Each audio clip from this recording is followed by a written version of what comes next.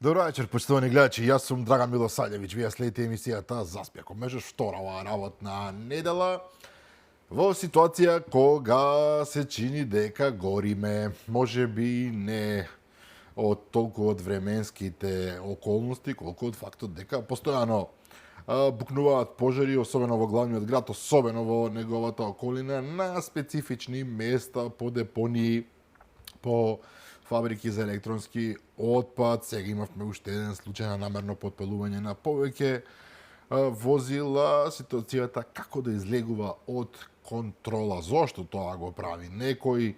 Која е позадината? Дали е политичка? Дали е можеби од некакви криминални или други побуди? Се разбира, е тешко да се каже. Полицијата и университетството имаат полна капа, што се вели, со работа, се очекуваат резултати. Ние сме тука да анализираме, да проверуваме и да понудиме по некое можеби решение кое што ќе биде од корист. Ако не успееме, барем сме се обиделе. Вечерва со мене е мојот драг пријател Милан Стефановски, политиколог. Добро вечер, Милан. Ќе искористам оваа прилика, ја вака за мала индискреција, да ти го честитам, да ви го честитам раѓањето на двете близначки и да се живи и здрави. Ви благодарам многу на честитките, посакувам на и гледачите и на вас да се враќа за убаво и благодарам на поканата и да дискутираме за овие сериозни теми. Така е. Темите се велам повеќе од сериозни, ќе зборуваме и за скандалот за следењето, ќе зборуваме и за некои други работи, се разбирам, ако успееме ќе фатиме и нешто од светот каде што така се случуваат зачудувачки работи, но сепак Македонија е во центарот на нашиот свет, така мора да биде и така треба да биде. Денеска премиерот вели потребни се законски измени со кои што подметнувањето пожар ќе се квалификува како и ќе се казнува како тероризам со најмалку 5 години затвор. Ова не е случајна работа. Ние навистина имавме, не зборуваме за оние пожари кои се случуваа во текот на целото лето, кога букнуваа пожари насекаде и се зборуваше и беа апсени луѓе дека добар дел од нив се подметат, и туку зборуваме за овие во последниве недела дена практично кои што се случуваа еден по друг. Просто е повеќе од симптоматично кога гледате дека се пали една депонија, утре дента друга, заутре дента трета, а потоа гори фабрика. Едноставно се прашувате дека овде нешто навистина смрди, и тоа не само чалот кој што го труе Скопје, туку и нешто смрди во целата работа. Да, се согласувам. Јас пред да ја одјавиме претходната сезона баш дискутиравме, имаше актуелни или разорни пожари, и она кое го начнавме беше промената во законодавниот, односно во законодавството или во законите кои го третираат и го тангираат оваа проблематика. Така е, малку пред времето бевна. Да, затоа што генерално во светот подметнување на пожар кој може да се развие во несогледливи последици, посебно каде што светот тежне кон зачување на животната средина, тој екогеноцид, тој еколошки тероризам прави непроценлива штета и за буџетот, и страдаат луѓе, и генерално тогаш пироманите или организациите кои понатака прават бизнис од изгорените подрачја, слабо се третирани или нивната казнена логика е многу ниска, затоа треба да се промени законот и да се третира како поголемо злосторство и најмалце 95 години затвор, затоа што тоа ќе ги превенира оние кои имаат некаква математика во или се субвенционирани од други луѓе или организации, инструирани, да, кои ќе размислат дека тоа нема да им се исплати. Тоа е делот каде што шумите горат и генерално тие пироманите или овие кои имаат бизнис од запалните подрачја горат во шумите. Ова што се случува тука, ако навлеземе систематски во анализата, се строго утврдени цели кои имаат можеби таа формулација хибридни закани, јас би ја заменил со хибридни операции, затоа што таму тоа е еден поширок спектар на целта, постигнување на целта на тој кој има мотив да го направи тоа, а тоа е да се компрометира или да се изгуби довербата во системот, а во овој случај таа е владата која ги контролира полугите на власта и таа која најмалци одговара вакви деструктивни случаеви, додека мотивот треба да го бараме и веројатно го имаме лоцирано е тоа што таму каде што вие се слаб во политичка дебата, каде што се компрометиран, најнискиот кукавички чин и последниот е да правите чекори во ваква смисла, да правите и буквално тероризам, да ги палите депониите, затоа што според нив тоа се деценијски проблеми. Не можете веднаш да реагирате. Премногу пари се потребни и тоа се оние слаби или меки точки на секоја влада. Мек стомак во кој што лесно можете да вперите со прст, еве ги не ги бива. Да, е така. Второ, Скопје е најмалце 2/3 од државата и се прави во контекст на изборите. Систематски се палат депониите, тие испуштаат токсични гасови и понатака нели граѓаните се и несигурни и се револтирани и има на таа конотација огнот и труењето има конотација и контекст кон кочани и таа асоциација они што ја прават на психолошка војна го прават токму од тие мотиви и мене не ме чуди фактот дека за тоа стои опозицијата, бидејќи алтер его на СДСМ е секогаш преку избори, дали тоа било шпионажа, служби, дали тоа било други деструктивни злоупотреби на трагедии, да има мотив да се занимава и со овакви прашања, затоа што они се најгласни во препораките или во барањето на одговорност, затоа што народодавачот мотивот е да бара одговорност веднаш после тоа. Фамозното држете го градецот, така беше. Но знаете што имаме еден момент овдека што е многу интересен. Факт е дека политичките партии се препукуваат меѓу себе. Факт е дека опозицијата настапува од составот не ве бива.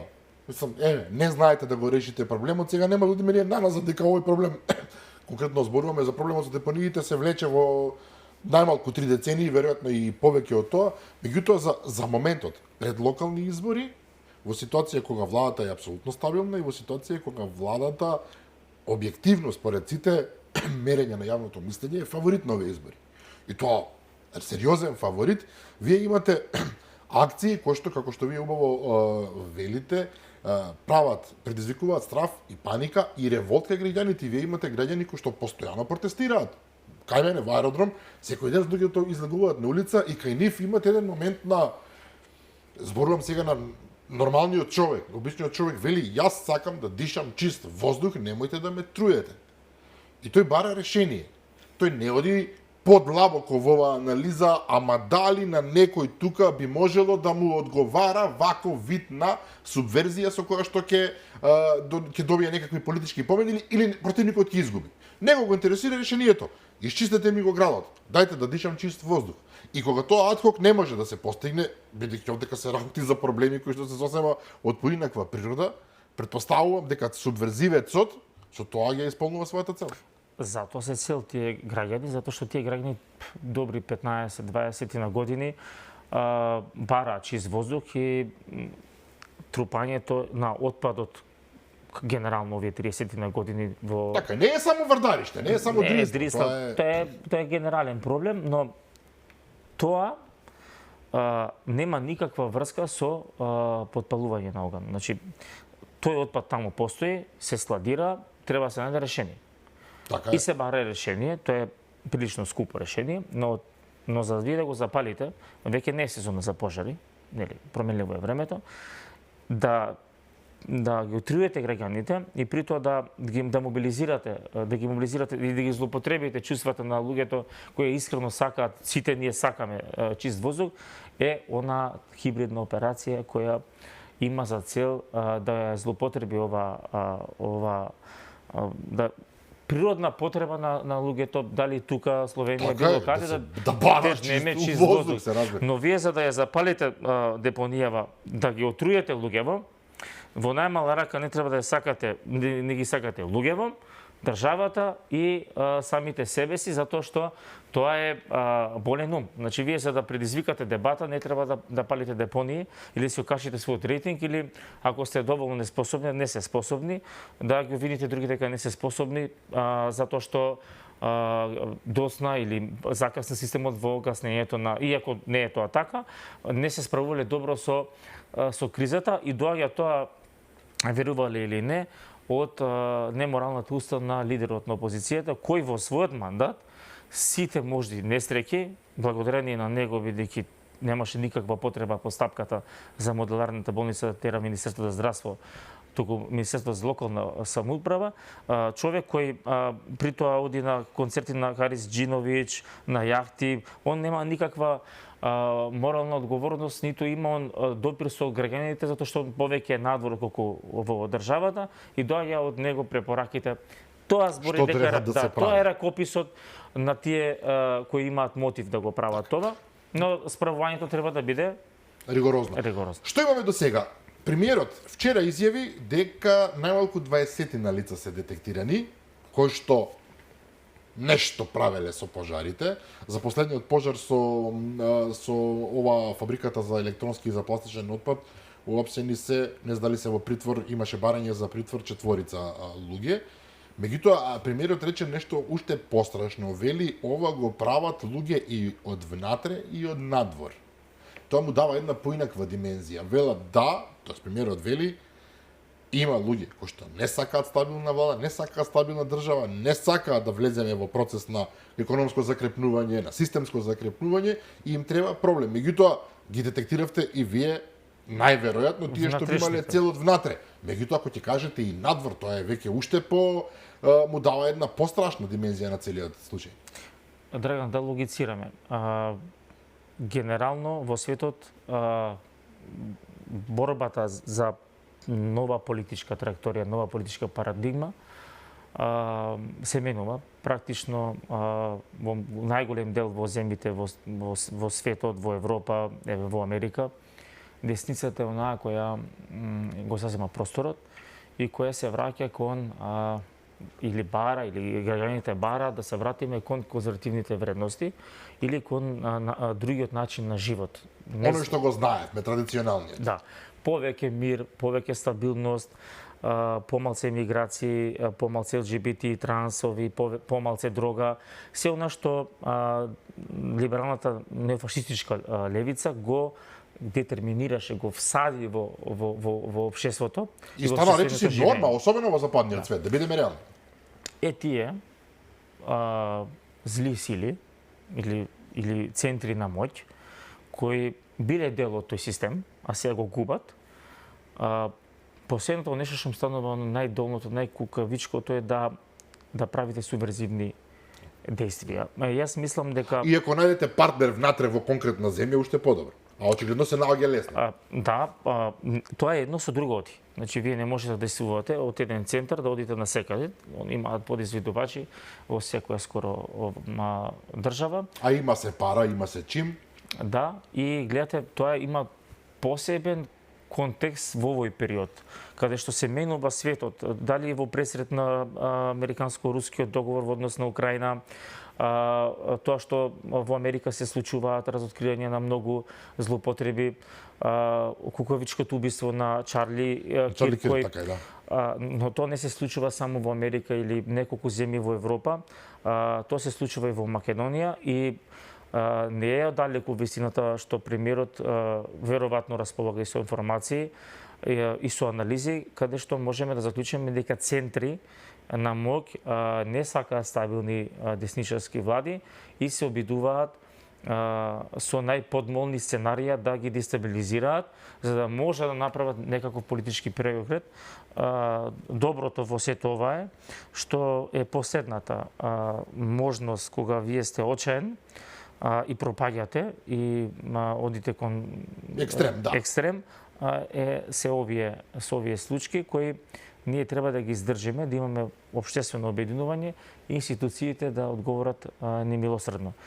Преку примери сакав да илустрирам дека тие центри не действуваат само во државата, туку на повеќе држави, дали некаде пожари, дали некаде субверзии, дали некаде тентати, дали некаде шарени револуции, се што треба. Да, се што треба, by the book, они си ја работат својата работа за да ги подријат системите, бидејќи во тие системи. Но колку е отпорен, овдека ме интересира нешто друго, Стефановски, колку е отпорен нашиот систем на тоа? Бидејќи кога зборувате за внатрешниот субверзивец, со него порно или подоцна ќе се справите. Кога зборувате за за надворешни сили често пати мислите за моќни надворешни сили со кои што не оди толку лесно. Претпоставувам дека тогаш треба да имате соработка исто така вие, односно владата, односно државата со моќни надворешни сили кои што се на иста страна со нас. Така е. Затоа што вие се судирате со луѓе кои што во најмала рака, кои да се, иако може да се насети линијата по кој се, луѓе кои што имаат пари, луѓе кои што имаат медиуми под своја контрола, луѓе кои што имаат сериозна моќ, невладини организации, луѓе кои што се длабоко вкоренети во системите на многу држави во Европа. Затоа они имаат и метафорично име длабока држава или длабока институции или пара држава, затоа што они ги формирале, мислат дека државите ќе им служат на нив, а они служат на други центри на моќ или друга идеолошка матрица.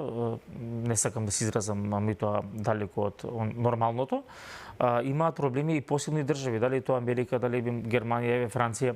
Значи луѓето и човештвото се буни, се будат, но многу е важно вие да имате хомоген систем. Она што се случи на ВМРО-ДПМН пред 7-8 години, треба да научиме лекцијата дека продорот на тие инсталации со внатрешна пета колона, со внатрешни непријатели, изразени во политички и невладини организации, е тоа дека вие треба да имате хомоген систем, професионален систем, да бидат професионализирани институциите, да го затворите мегданот на онаму каде што сте најранливи, и тоа навистина треба време и пари, но Македонија може и тежне јавно обвителство, национална безбедност, тие се тие кои превентираат, може да се справи со прашањето колку сме ние отпорни. Добро, ние имаме наши слабости. Се разбира. Таков е системот, таква е етничката карта, такво е општеството, мајнсетот е таков, но тоа мора да се коригира брзо и за постои систем, не е измислен, нели, не измислуваме топла вода, како ние можеме да ги збиеме редовите и да можеме да одговориме на вакви предизвици. Вакви предизвици има се почесто, за жал, додека Тоа ќе беше следното прашање. Се очекува, тоа го збореше и Орце Георгиевски, кандидат за градоначалник на Скопје, тоа го зборат и други луѓе кои што имаат информации дека за очекување дека ова ќе се повторува. Дека како доаѓа поминува времето уште повеќе. Да. Така е, кулминацијата ќе заврши тогаш кога ќе на светско ниво ќе се договорат поголемите сили како ќе функционира светот, па понатака рефлексијата или домино ефектот да стигне до помалите држави. За жал сега кулминацијата не е стигната. Ние мораме да очекуваме дека ваквите сценарии ќе продолжат. Така, и да бидеме подготвени за нив. Да, и тоа е мобилизација на државната и на владата и на државата и на претседателот да се мобилизираат сите експерти, сите професионалци, да се објаснува на граѓаните, да се најде канал на комуникација дека ова може да биде режија и дека може да се искористи кон контаминирање или кон елиминирање на државните институции, бидејќи последната цел губење на довера во државата за да може да се промени власт. Таа е таа формула. Дали било тоа, ако се сеќавате 2016-17 во рок од ден до два имаше исто хибридна операција. Имаше големи протести на шарена револуција во Скопје, се случи диво населе и имаше пробив на јужната граница од мигрантите. И тогаш државата добро се справи, но сега може би сценарието различно, може би пожарите се користат заради трагедијата во Кочани како нешто кое асоцира на немоќ, на трагедија, на тие сензибилни емоции, но мислам дека владата е спремна да одговори на овој предизвик и треба сите да бидеме свесни дека тоа ќе се случува. Може да замолам режијата да го пуштиме на последно видео, мислам дека одеше и на вестите на Алфа, чисто како илустрација. Зборуваме за изгореа 20 возила во подметнат пожар, внимавајте, во хаварисани и складирани во круг на една не знам, магацин некаков во Пинтија. 20 возила и 2 магацини велам изгореа и точно камерата фаќа лице со дуксерка, со скриено лице, како ладнокрвно влегува во... Еве, погледнете го овој момент само. Видете го ова лице, колку ладнокрвно што се вели... Како во двор да си. Како во двор да си влегува, доаѓа и одлучува да направи пожар, да запали еден куп возила. Навистина, мене ми е запрепоставувачки, искрено се надевам дека брзо ќе биде детектирана ова лице и многу е поважно откако ќе биде фатено да каже кој тоа него го инструирал ова да го направи, бидејќи да веруваме дека еден млад човек, вака ми личи дека е млад човек според движењата, не мора да значи, се разбира, дека му текнело туку така во не знам во 2 часот наутро, немам што да правам, па ајде ќе истурам бензин и ќе палам автомобили во нечи двор, навистина ми е неверојатно. Ова е само еден пример кој што баш ја размисли, ми се чини јавноста, фатен на живо е ова, практично фатен во живо како прави подметнува пожари, погледате ова на што личи, потоа одно крвно бри скока преку градата и се заминува во непознат правец. Да, доволно е режија, ова беше чисто само илустрација како се прават овие работи, зборуваме во центар на градот. Замислете вие Дрисла, тој е огромен простор, или Вардариште, кои што за жал не се заштитени квалитетно. Па вие таму можете да влезете во било кое време од денот, камоли ноќта и да правите што сакате. Да, таму има некои лица кои што живеат, за жал во Вардариште има лица кои што живеат таму во субстандардни услови, во навистина нехумани и кои што најчесто ги обвинуваме, сите вперуваме прст во нив дека тие се тие што ја прават. Ама нив не им одговара да има пожар таму живеат. Логиката вели, аман, па тие први ќе изумрат од тоа. Ние ќе се труеме долго, тие веднаш. Меѓутоа, сакам да кажам колку е лесно сето тоа да се направи доколку имате зла намера и цел. Тоа е буквално прашање само на метод како да го остварите. И се плашам дека цела оваа работа ќе потрае. Уште една работа се случи во меѓувреме, морам да признам, Стефановски, се разбира, не сте вие за таа работа повикан овдека, но морам да спомнам, се случи еден фемицид, ако така смеам да го наречам, во Велес, каде што младата Росица Коцева, која што безброј пати го пријавувала своето момче или поранешно момче дека ја малтретира и незиниот татко не било заштитена практично од системот и на крај тоа заврши со убиство од страна на тој човек, ги уби и незе и незиниот татко, а потоа изврши самоубиство, е навистина некукавички чин, меѓутоа е нешто што исто така на еден поинаков начин предизвикува една фрапантна состојба на гнев и на бес и на немоќ кај луѓето, затоа што едноставно морало да се реагира, морало да се заштити оваа жена. Јас ќе се обидам да направам една емисија во тој правец, почитувани гледачи, околу начинот на кој што функционираат тие нездрави врски, начинот на кој што жртвите често пати до самиот крај, додека навистина не се случи најлошото, остануваат незаштитени, што е воопшто во главата на тие луѓе кои што се одлучуваат на такви работи. За ова го земам само како пример за нешто што не се случува напоредно. Нема врска, ова не е субверзија, ова не е ништо, ова е едноставно пример за човек кој што очигледно со поматен ум извршил невидена глупост, меѓутоа останува фактот дека на јавноста дополнително и се додава, како да кажеме, жолч и гнев. Добро, медиумите кои се инструирани од истиве центри на моќ ќе го употреба тоа како секогаш се наоѓа начин да се злоупотреба. Кај нас имаме професионалци што може да злоупотребат се. Од тоа како вие сте облечени, дека доволно е да извадат, напамет сега зборувам, се разбира, што сака да се прогласи дека Милан Стефановски работи за Кина. Не е проблем. Мислам, кажувам ова вака се разбира на шпреја, или Драган Милосавлjević работи за Непал. Како и да е, тој е едниот аспект што го разгледуваме, вториот е и за кој што морам да позборувам со вас е овој скандал кој што излезе на површина, зборуваме за скандалот со следењето од страна на Агенцијата за национална безбедност, на сегашниот премиер, кога тогаш беше лидер на опозицијата, на неговите сопартици, на бизнисмени, на новинари, Господ знае уште на кои се не. Има впечаток дека пожарите малку овој скандал го ставија во втор план, да. Меѓутоа овој скандал мора да се вади во јавноста, затоа што се уште нема разрешница, обвинителството по обичај имаме информација, действува, истражува, проверува и така натаму. Оставено му е да работи, исто како што му е оставено и за катастрофата во Кочани. И сега пожарите. И сега за пожарите, за кои што чекаме разрешница, обвинителството со сите своји мани и недугавости, меѓутоа Многу сериозно беше тоа што излезе во јавноста. Вие имате информација дека агенцијата која што е должна да не заштитува од внатрешниот непријател се занимавала со следење на луѓе кои што не се внатрешен непријател, кои што не се никаков непријател. И тоа го покажува реалноста на терен. Никој не дојде на власт во 2024 година со тероризам, со протести и демонстрации, со државен удар, туку најлегално на избори. Меѓутоа, некој претходно се одлучил дека, без разлика на се, ќе ги следи, ќе ги проверува, ќе се меша во нивните приватни животи. И сега имаме повторна ситуација во која што опозицијата, која што тогаш беше власт, бара, ајде да ги декласифицираме сите овие материјали, да видиме што има внатре.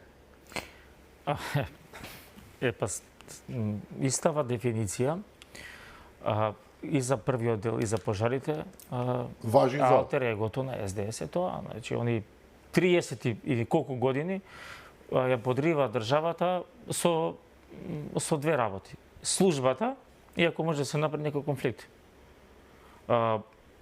Јас очекував и има пишувано дека прашање на време кога ќе излезе на површина многу работи кога ВМРО-ДПМН беше во опозиција, како од внатре се подриваше во многу луѓе на страта, така е, невини, но се подриваше ВМРО-ДПМН од натре и беше цел на ова е класична дефиниција за хибридна операција, за да сгасне или да не постои или да биде избришана од политичкиот спектар, за да некој има слободно политичко дејствување на штета на државата, затоа што тогаш беа тие две големи операции. Едната беше спроведувањето на Преспанскиот договор, каде што после Ципрас кажа дека влијанието кон западните држави за членството на Македонија НАТО било прашање на време и дека ако се почекало објективно,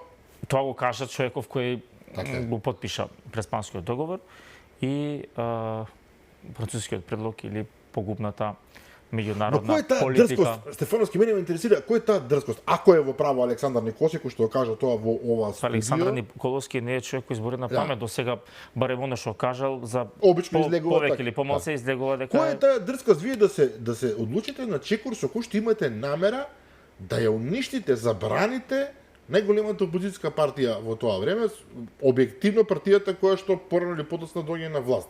Значи не да уништите некаков, да уништите грд збор, меѓутоа да деструктирате, да му намалите вредност, меѓутоа дека била намерата и така барем вели тој буквално да се забрани постоењето на партија која што објективно пола народ ја гласа. Се нема сакале некеле, каков е тој ментален склоп да се одлучил на такво нешто? Има и друга дрскост. ВМРО-ДПМН е првата партија која се заложи за НАТО и за блиски односи со Западот и со САД. А потоа беа прогласувани за русофили, за кинофили, како да го наречам тоа? Па да, генерално за се беше црно врзано за ВМРО-ДПМН, но тестот на времето ВМРО го победи во однос на ваквите пропаганди, поврзани со името и со действувањето. Но знаете што е пострашно? Што ВМРО-ДПМН била е прозападно ориентирана. Сегашниот премиер Христијан Мицкоски тоа не е воопшто спорно, освен еден наратив што се наметнува досаден, но морам друго да е прашањето. Вие во последните 10 години имате шпиунски афери низ Европа, така, Украина, Германија, но тие генерално завршуваат со афери на второ ниво. Практично се следени луѓе кои имале некакви контакти или организации, но да следите лидер на опозиција, прозападно ориентиран. Кој човек неминуелно ќе стане премиер, прашање на време. Да, прашање било на времето. И сега да го следите неговото семејство, тоа е меѓународна афера затоа што ние сме веќе членка на НАТО. Значи државниот апарат, службата која е реформирана на неколку експерти од надвор, нели пета управа се двои во ОТА, па ОТА слуша за барање на обвинителството, па обвинителството дава насока, тоа е комплексен систем и треба да видиме дали тие чекори се законски нели пофатени за да може да го следите вие лидерот на опозицијата, но и најдрското знаете што е? И најмногу сензибилно што вие следите новинари. Тоа ми е Гласноговорниците на првата нишка на демократијата е уште поголемо зло. гледам дека новинарите, посебно од левиот кампус, молчат на ова и го дефинираат како фатормограна, како измислена афера. И дека не се случило. Така е. Затоа можеби треба да се мобилизира сега ВМРО ДПМН и да расчисти со тоа поземје во службата. И исто кај вас во емисија, баш со Јурчиновски мислам дека беше Ѓурчевски, да, го анализиравме дека или вас чудовиштето ќе ви изеде пред да го изедете вие него.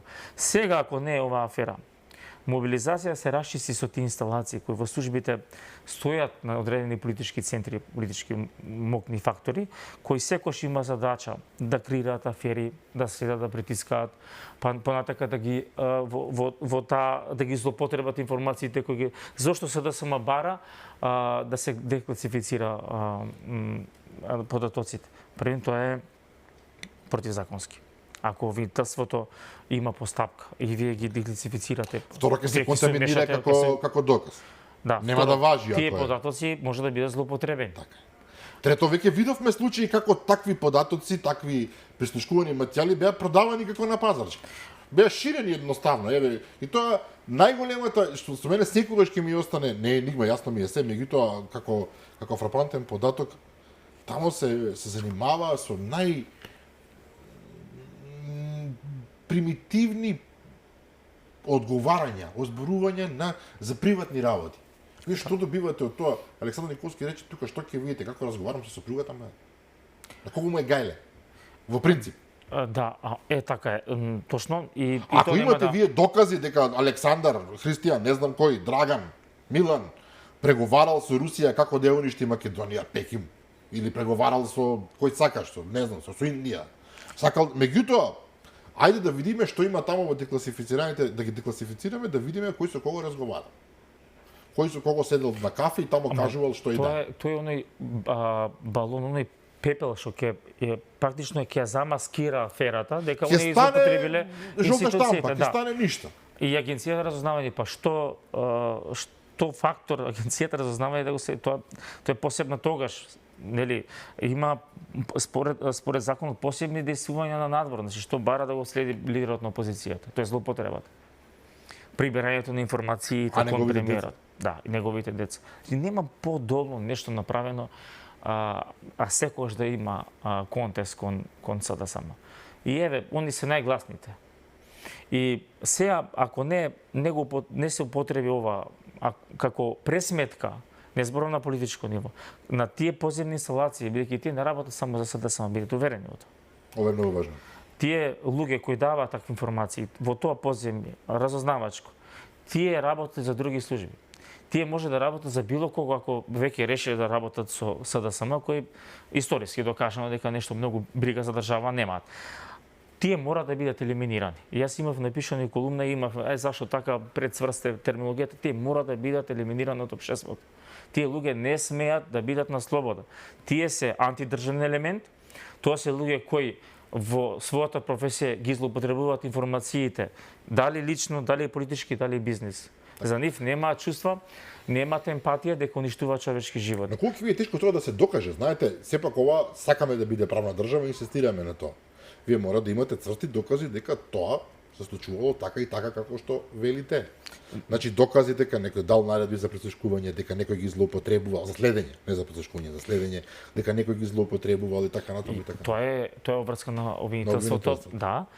Оно обвинителство како што направивте во такво какво што е. Сега знаете и добро е и граѓаните да се уверат дека на овие афери, нови индиции, нови криминализирани институции претходни со истражна постапка и предистражна постапка се во обвинителството да видат дека обвинителството дали работи или не. Обвинителството е тоа кое треба да ги собере доказите и треба да ги процесира во судска постапка. Дали има правна држава? Одговорноста е кај обвинителството да го докаже ова. А ако веќе поранешен директор на НАБА во своето интервју кажува дека било така, лесно може да се профилират и да се детектираат кои се луѓето кои се занимавале со тоа. Ама тоа е работа на обвинителството, не е на ВМРО, не е на Драган, не е на Милан. Така.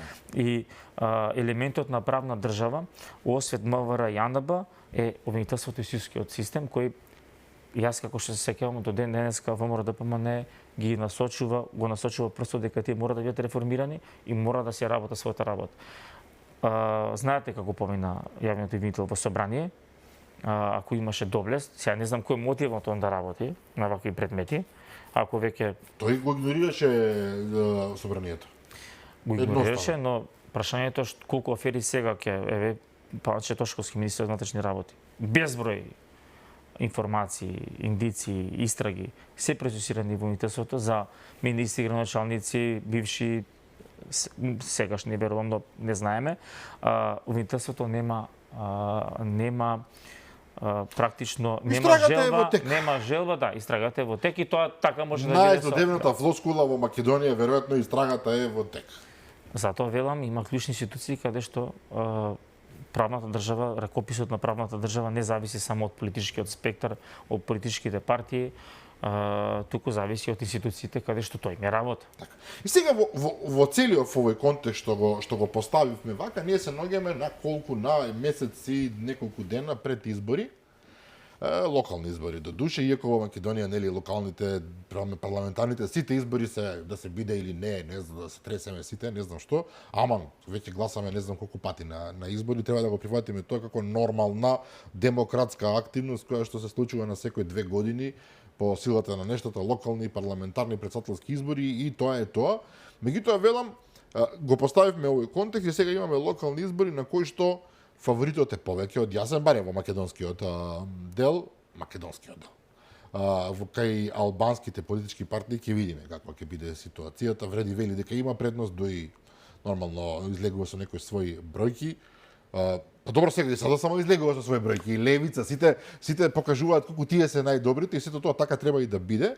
Меѓутоа, ако зборуваме објективно, се знае кој е реалниот фаворит и рековме дека тој на кој што апсолутно не му одговараат ни афери, ни подметнување, ни субверзивни активности е тој што е на власт, носителот на власт и тој кој што сака да покаже работа, сака да покаже поинаков начин на действување.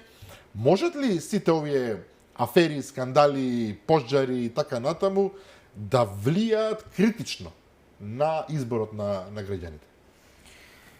Не. Кажавте една многу важна формулација. Ние сме држава каде што политиката се сваќа за живот, победа на живот и смрт.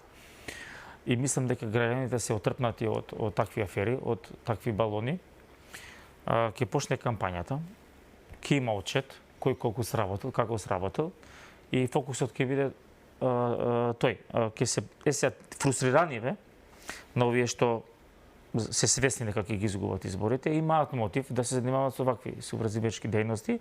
Може ли да действува, сакам да кажам, не знам, Вардариште е во Гази Баба и сега, не знам, Боби Стефковски е кандидат на ВМРО, да помине актуелниот градоначалник, тој е виновен за Вардариште и ќе ги натераме граѓаните да речат не, овој човек не го бива, не гласаме. Ама календаната на напади, дали било Орце, дали било ВМРО, било кој го земав само како пример, да. Може да биде било каде. Видите, мотивот на спектрот на напади е тој.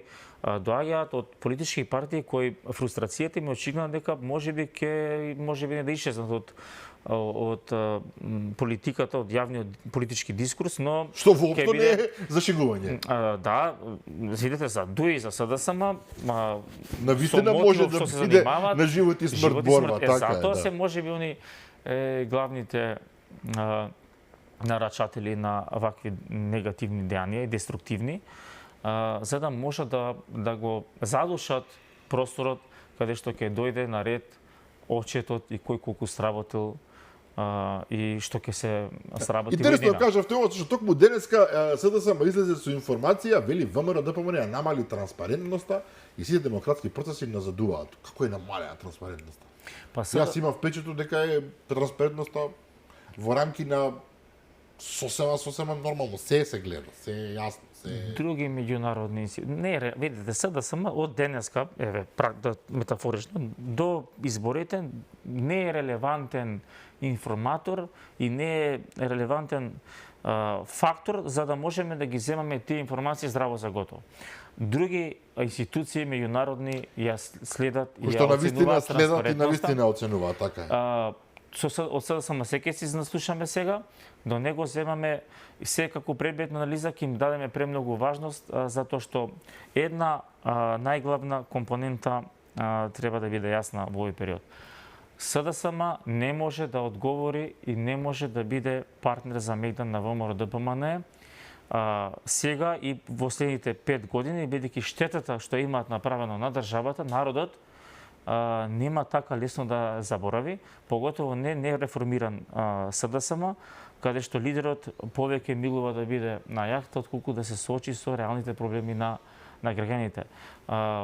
Се ќе слушаме, се ќе гледаме, многу е важно да бидеме фокусирани кон проблемите и локалните решенија и кој е оној фактор кој може да ги што навистина може да направи нешто. Другото е оставаме на таа политичка некултура кој навистина СДСМ таму е непобедлив. Мислам, треба да се спуштите на ниво, за да може сега да излезе ВМРО да каже да знаете во вашето време транспарентноста беше ваква, хеликоптерите кои купувавте од Леонардо беа, знаеме како се сега и така натаму, има безброј примери од афери кои 7 години поминавме во афери ден за ден. Апсолутно. Тоа е светски рекорд веројатно, ден за ден. Тој моралитет и односно неморална уста на СДСМ ги прави за жал за државата бидејќи нема опозиција, за среќа на нас аферите не може да се заборават за година, 2-3, туку очекувањата се тие афери да се разрешат и да добијат законска практично или обвинителска или судска, не ли предицираме сега, да добие завршница. Така. Ајде нешто да продискутираме малку за надворот од Македонија. Вие сте, меѓу другото, и надворешно политички коментатори, навистина добро ги владеете случувањата на меѓународната сцена. За Чарли Кирк, да бидам искрен, не би коментирал нешто посебно, иако и тамо се гледа таа некоја продолжена рака на оние што ги зборуваме, кој што можел да биде контроверзен, можел да биде ваков и таков човекот, не знам, јас не го следев него кој знае колку во текот на неговата кратка кариера, морам да признам, меѓутоа убиство. Убиство на човек затоа што изразувал став тоа се случува од 39-та до 44-та година во нацистичка Германија. Зборот на некои други мрачни времиња во кои што едноставно проблемите се решавале не на дебатна маса, туку со куршум. И тоа го видовме. Истата рака која што веројатно гаѓаше и во Трамп и него само случајноста го спаси пред неколку месеци кога се сврте во правилен момент, па не го погоди во глава, туку само го, не знам, во увото мислам дека го. Да, во увото. Меѓутоа останува фактот и она што го велите вие, дека една сила која што е мокна, која што е инсталирана, не ова теорија на заговор, ова е здрава логика само. Во Америка има сериозна дебата, сериозни истраги околу злоупотреби на... Не сака да се откаже од привилегиите кои што ги има, од зацртаните цели кои што ги има, многу важно, а тие цели очигледно се против волјата на најголем дел од граѓаните во било која земја во светот. Не сака да се откаже од нив и е подготвена на невиден екстрем. Мене тоа ме плаши, навистина ме плаши, затоа што се работи за многу помоќни центри на моќ. Да, и за да се спасите во теорија на хаосот и во многу теории и дефиниции во науката, тие луѓе се спремни да направат големи војни, да креираат хаос, за да не одговараат пред лицето на правдата. И да, тој феномен на длабоката држава постои, подамна заради нивните контрола на медиуми, тоа беше класифицирано како теорија на заговор, но после победата на Доналд Трамп и после сериозните истраги на државни елементи кои бризгале многу пари да дефинираат друга политичка идеологија, да го подриваат системот, да креираат афери. Ако се сеќавате во Македонија пред 7-8 години имаше практично огромна афера за преслушувани разговори, па шарена револуција и така натаму, па и земји членки на Европска унија сега, Унгарија и било кој има дефинирано дека Македонија била цел на револуција која имала за цел промена на суверена десничарска власт. Дали тоа било Унгарија, Хрватска, САД, тоа се случило и ние сме од ретките држави каде што е смената власта, државата, легитимната. Во Америка тоа има сериозна конотација, има сериозна дебата и убиството на Кирк е во насока да се заглуши тој гласен крик дека луѓето сакаат слободно да се борат за своите права. За своите вредности, за своите убедувања. А од другата страна, за тоа се борат погласно, но не може да го прифатат туѓото мислење. Они квалифицираат кој е фашист, но го убиваат оној кој различно мисли од нив. Они ги бараат своите малечки права според нив, кои се неморални и несвојствени, а го убиваат оној не само, значи не мора само убиство да биде, може би убиство на говорат у метафорична смисла. Може да биде политичка елиминација. Политичка елиминација на оној кој гласно го говори тоа. И таа е таа перверзија. Вие да не смеете, значи, но знаете што? Што е она што најсуштински говори за нивната фрустрација? Они го убиваат човеков кој говори за Бог. Што направиле? Го соединиле со Креаторот. Второ, направија таква рефлексија, таква мобилизација на десничарите, кои можеби немаше да помине толку многу добро на локалните избори, но не ги сметаат тие елементи дека одат против себе. Толку се самоуверени во моќта и пребегнуваат кон деструкција, кон уништување, мислат дека ќе ги исплашат оние кои вредноста им е во Севишниот. И мислат дека ќе го исплашат народот со убиство, елиминација. Тоа по дефиниција не оди така и тоа е малку наивно чудно или е многу силна ароганција имате во себе. Да, и знаете кога вие сакате да елиминирате некого да не постои, тоа говори дека вие немате веќе оружје кои можете да го бидете во дебата со работа. Така, тогаш одите до крајности. И во сенка на ова се случуваат две работи, се разбира, не е во сенка, туку ајде напоредно, едната е Газа се разбира, комисија на ОНУ, на Обединетите нации, тимот независни експерти, ангажиран од Советот за човекови права на Обединетите нации, заклучи дека Израел врши геноцид во Газа. Една многу тешка дебата од која што се бега објективно. Најчесто се бега и во нашите и во сите други дебатни емисии. На Западот тоа веќе оди малку во поинаков правец, но како и да е, Нетањаху, примерот на Израел, порача дека може би Израел ќе треба да се подготви за нешто што би го нарече само доволна економска одржливост, свесен дека најголем дел од земјите во светот нема да сакаат да соработуваат со Израел. Од друга страна, израелската војска влезе во Газа, повторно, сега во градот Газа, каде што живеат милион луѓе, 300.000 се отишле, меѓутоа 700.000 се внатре се уште. Имаме една специфична ситуација за која што се зборува. На социјалните мрежи многу гласно се зборува, велам по медиумите помалку, не знам од кои причини. Една неодржлива ситуација, Стефановски. Да. Видете, во геополитички судир, ќе го спомнам, левиве неолиберални сили, ги прават системите, државните системи и компрометираат на начин кој што кај другите луѓе кои биле пример, еве нас на пример, Соединетите американски држави не биле пример за слободно изразување. Апсолутно. И биле пример за правичен и праведен систем. И вие се соочувате со фактот дека Бајден си го амнестира синот. Синот, токму така. И вас ви се руши цела слика. Па имате обид за атентат на следен председател. Значи не била Америка само Холивуд и Кока-кола, а она што сакаме сите да го видиме во светот. Па сега имате политички убиства. Тоа рефлексира кон многу држави. Меѓународниот практично безбедносен поредок е суспендиран да се однесуваат спротивно од меѓународното хуманитарно право. Посебно е дефокус руско-украинскиот, односно конфликтот на Запад со Истокот, односно со Русија. Ова е правилно кажано, така е. И во тој контекст Израел многу моќно, воено деструктивно напаѓа како 79 година неколку во исто време неколку соседи, но она што го прави во Газа А светот се мобилизира суров метод на воени действија. Зборам од воен аспект.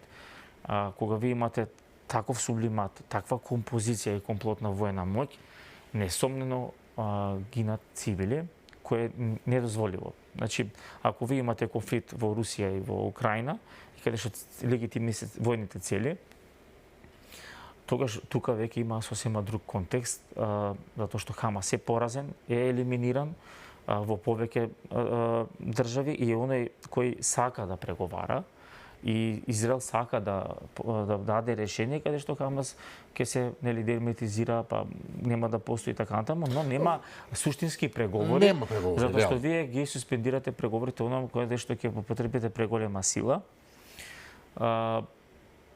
Јас Израел го поддржувам до точка каде што ќе треба да ги елиминира сите терористи и да елиминира опасноста за незиното постоење. Кој што е објективна, да бидеме реални, да. Може би пресубјективно, јас гледам кон Израел и моќта на Израел и кон решавањето на предизвиците кои што ние се соочуваме, но и де јуре де факто сериозно ги нарушуваат човечките права во однос на хуманитарните можности на тие луѓе таму, кон војните операции, и мислам дека тој конфликт треба да престане и светот да се мобилизира, колку да има поддршката од клучните земји во светот. Треба гласно да се зборува за несвојствена воена операција. Хамас е елиминиран комплетно од територијата и не знам што е контекстот на пешадијата, односно на воено действување во Газа, каде што вие немате веќе непријател. Воен противник немате објективно. Вие ќе се сочите со гладен народ, со фрустрирани луѓе. Победата веќе ја имате, можебе само да компрометирате со вакви дејанија. Ова е точен израз, претпоставувам, ја компрометирате собствената победа и се разбира Украина и Русија не запираат со војните, имаше неколку силни обиди. Трамп правеше што правеше, председателот на САД ги повикуваше, се виде со Путин во Аљаска. Сега има најава дека повторно ќе се види со Зеленски, добро во ред, меѓутоа на крајот на денот едно големо ништо. Војната продолжува. Имам чувство дека на американците им е до овде дојдено и велат, дали наистина им е дојдено од овде, некој може да шпекулира, се разбира. На крајот на крајшта ќе биде правите што сакате, овие не запираат со борби, напротив, стануваат се по-брутални војните. Европа функционира на свој начин. Сега рекува затоа продолжува војната. Ќе им дадеме нови пари. Зеленски побара 120 милиарди евра. Толку му требаат за војниот конфликт да се одржи во 2026 година. За какви пари ние разговараме? 120 милиарди евра, вели, ни требаат за да се бориме со русите. Мислам, разбирам, Русија е противник, што ќе правите? Мислам, огромна количина оружје, огромна количина на луѓе кои што учествуваат во сето тоа. Меѓутоа, мене ме фрапира, Стефановски, веќе 3,5 години трае ова. 3,5 години, тоа е веќе на ниво на некои од најдолгите војни во последниот период, да не кажеме, не збориме на средновековните, и нигде немаме чувство дека ова ќе заврши. Има еден проблем, колку и да САД сака да го реши овој конфликт и колку да преговара со Русија, Европа, ваква како што е сега, не е поборник за таков мировен договор, што го форсираат.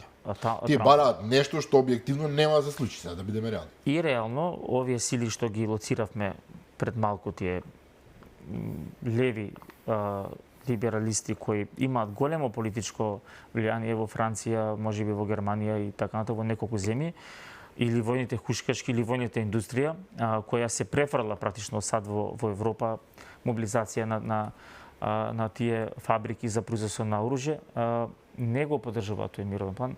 Многу е нереално Америка и Русија договараат едно, а Европа, која граничи со Русија и со Украина, да заговара сосема различен контекст на мировниот можен мировен. Дали сега ќе биде или после 4-5 години ќе има мир, но прашањето со каква цена ќе имаме. Тие 120 милиарди ќе го отежна животот на Европа. Тие 120 милиарди само ќе дадат политичко гориво на десницата и веројатно кога ќе дојде друг политички спектар во Европа, тогаш можеби ќе можеме да зборуваме за некаков фер мировен договор, каде што треба се прифати и реалноста, а тоа е дека од таа страна вие се борите со непријател кој е спремен да изгуби многу војници, многу војна техника, но да си ги оствари целите.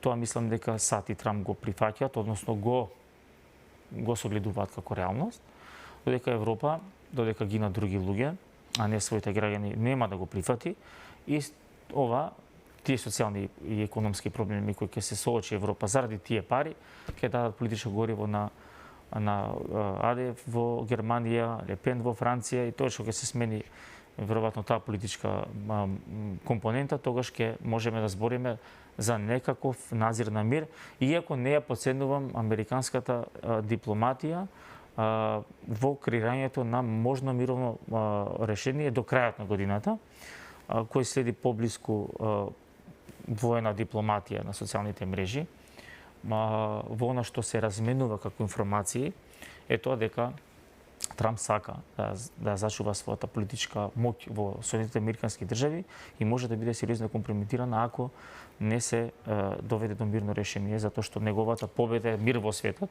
и он веројатно ќе прави се за да може да се заврши овој конфликт.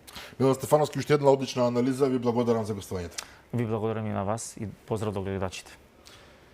Да, почитувани гледачи, тоа беше се за вечерва. Верувам некој уживавте колку јас во овој разговор со политикологот Милан Стефановски. Утре во 15 часот се разбира е репризното издание на оваа емисија, а јас ви закажам нова средба утре вечер во 22:30 со мене и со нови гости. До тогаш пријатно.